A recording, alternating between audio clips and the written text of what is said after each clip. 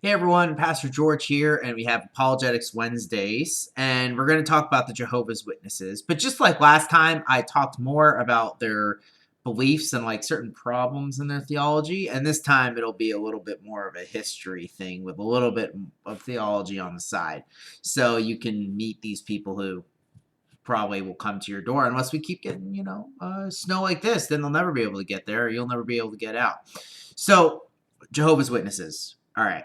So, history, 1800s, right? Same thing that a lot of these other groups did. There's this great flowering of another kind of great awakening in the United States, and you kind of get all of these religious groups kind of popping up. You get Mormons, you get Christian Scientists, you get Jehovah's Witnesses, right? And they're all these different things. Now, they weren't actually called Jehovah's Witnesses at the time. That would come later.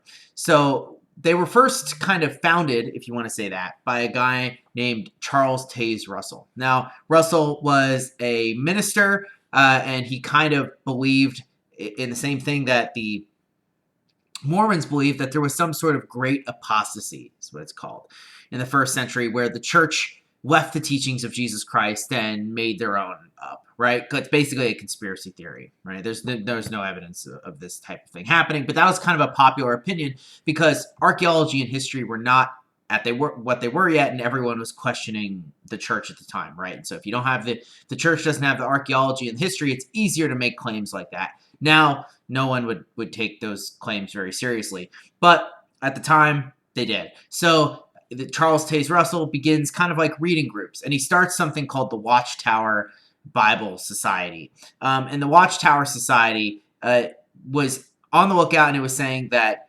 Jesus Christ had already come back in 1874. He came back invisibly and is now reigning in heaven. And that the world is going to end soon, right? Many of these groups, Mormons included, believe that the world was going to end very soon. And early Christians did as well, right? That's kind of the thing, is you want Jesus to come back, so you believe it's going to happen soon. So he prophesied and said that there would be this return. And he also believed all sorts of other things, like Jesus only became a god after his crucifixion, which is not what we believe, right? He taught that only 144,000 people would be saved, all that type of stuff. And obviously he saw the world coming to an end soon. He dies around World War I.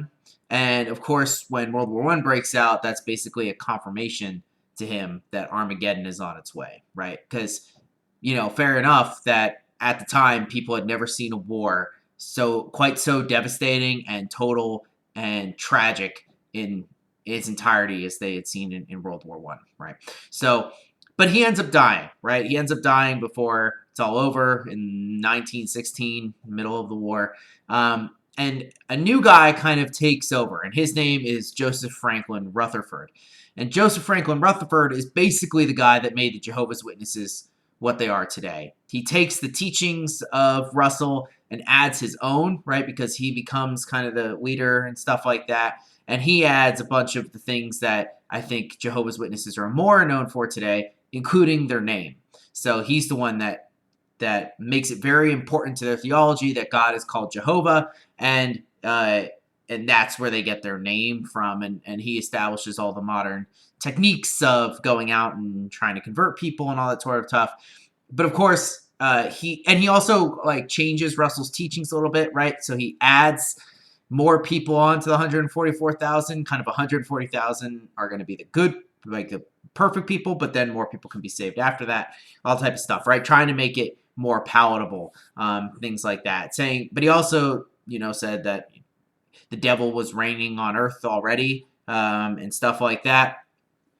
So it's just very confusing, of course, because it's kind of the same thing with Mormonism, where they have these beliefs and later leaders try and change them in order to make them more palatable to the culture at the time. And so you have the same thing happening with the Jehovah's Witnesses. And so what they end up doing is they've changed a lot, and so they have these tactics of going out. Many of the things that I've talked about already apply to them, right? They're non-Trinitarian. They believe that Jesus isn't divine or became a divine later, right? They believe kind of that there's definitely more than one God, things like that. And basically it's moving around these things, and when you talk with them, when you talk with Mormons, talk with other groups, you just always kind of insist on the central Christian claim that Jesus is God, and the easiest place to go is John 1 for that. So that's kind of where I've always started with Jehovah's Witnesses, and it makes it easier to do that type of conversation, at least get the ball rolling. So that's a little bit about Jehovah's Witnesses and their history. Be nice to them when they show up. Talk with them. You need help, let me know. I'll see you guys tomorrow for our Thursday, Culture Thursday. Peace out.